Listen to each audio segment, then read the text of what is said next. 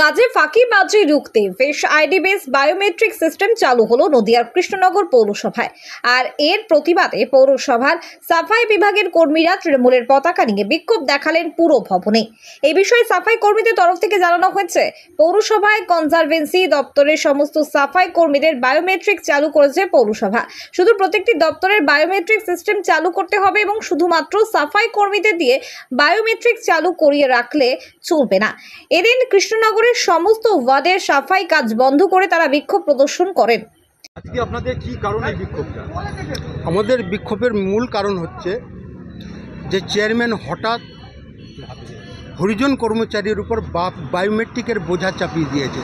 আমরা চাই বায়োমেট্রিক যদি করতে হয় সমস্ত পৌর কর্মচারীর ক্ষেত্রে সেটা প্রযোজ্য করা হোক, লাগু করা হোক সকলের জন্য, শুধু পার্টিকুলার হরিজন কর্মীদের ক্ষেত্রে এর বিরুদ্ধে আমাদের এই আন্দোলন চলছে।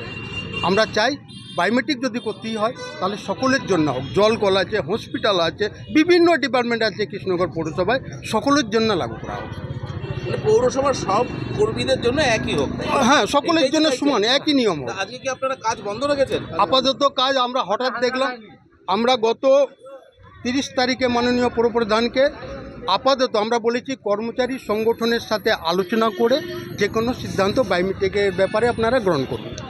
আমরা বলেছি যে আপনার বায়োমেট্রিকের বিরুদ্ধে আমরা নয়, কিন্তু বায়োমেট্রিকটা আলোচনার মাধ্যমে হোক, কর্মচারী সংগঠনকে কোনোরকম তোয়াক্কা না করে হঠাৎ উনি আজকে বায়োমেট্রিক চালু করার চেষ্টা করছেন। তারই প্রতিবাদে আমাদের কর্মচারীরা সকলে ক্ষিপ্ত। আজকে আমরা সকাল থেকে কর্মবিরতি পালন করছি।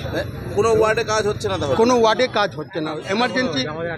এমার্জেন্সি ডিপার্টমেন্ট ছাড়া, যেমন জল কল, লাইট ডিপার্টমেন্ট, এগুলো সবই কাজ হচ্ছে। কনজারভেন্সি বিভাগের কাজটা হচ্ছে। যদিও এ বিষয়ে পৌরসভার পৌরপতি রীতা দাস জানান, কাজে ফাঁকি দিয়ে টাকা নেওয়ার ঘটনা একাধিকবার সামনে আসার পরই এই পদক্ষেপ। কাজে ফাঁকি দিয়ে ট্যাক্সের টাকা আমি জলে যেতে দেব না, কারণ সাধারণ মানুষের ট্যাক্সের টাকা থেকেই সাফাই কর্মীদের বেতন হয়। তাদের সমস্ত দাবি মেনে নেওয়া হয়েছে, তাই পাইলট প্রজেক্টের মাধ্যমে সাফাই কর্মীদের বায়োমেট্রিক চালু হলো। আগামী দিনে প্রতিটি দপ্তরে বায়োমেট্রিক চালু করা হবে। না, মানবে না সেটা তাদের ব্যাপার, কিন্তু আমি যে প্রজেক্টটা করেছি বায়োমেট্রিক শুধু ওদের করিনি, যেহেতু আমার সাফাই কর্মী সবথেকে বেশি পৌরসভার মধ্যে, ওদেরকে পাইলট প্রজেক্ট হিসাবে ওদের প্রথম করা হয়েছে। এবং হেলথ থেকে শুরু করে ট্যাক্স থেকে শুরু করে অফিসের সমস্ত বিভাগ আমি বায়োমেট্রিক স্টার্ট করে দিয়েছি। মোটামুটি 15 দিন মধ্যে এটা স্টার্ট হয়ে যাবে সব। যেহেতু এরা বেশি সাফাই কর্মী, মানে তাদের পাইলট প্রজেক্ট হিসাবে এদের আগে করা হয়েছে। এবং এরা যদি না করবে না, তারপরে যেরকম হবে সেরকম কাজ করবে। বায়োমেট্রিকটা কেন প্রয়োজন হচ্ছে?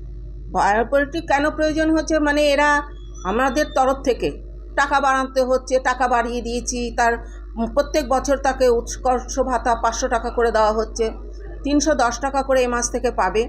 কিন্তু বায়োমেট্রিক করলে কি হচ্ছে, কাজের আমরা ধরতে পাচ্ছি যে কখন যাচ্ছে এবং কতটুকু কাজ করছে, আউট অ্যান্ড ইন, ঠিক আছে। কিন্তু এরা মানে খাতায় সই করে 2 ঘন্টা হয়তো কোথাও থাকলো চলে গেল, সেটা আমি করতে দেবো না। কারণ আমাদের মানে ট্যাক্সের টাকা থেকেই আমাকে সব কাজ করতে হয়। গভর্নমেন্ট তো আর এর জন্য এক্সট্রা টাকা দেয় না। মানুষের টাকা দিয়ে মানুষের পরিষেবা দেবো না, তা তো হয় না।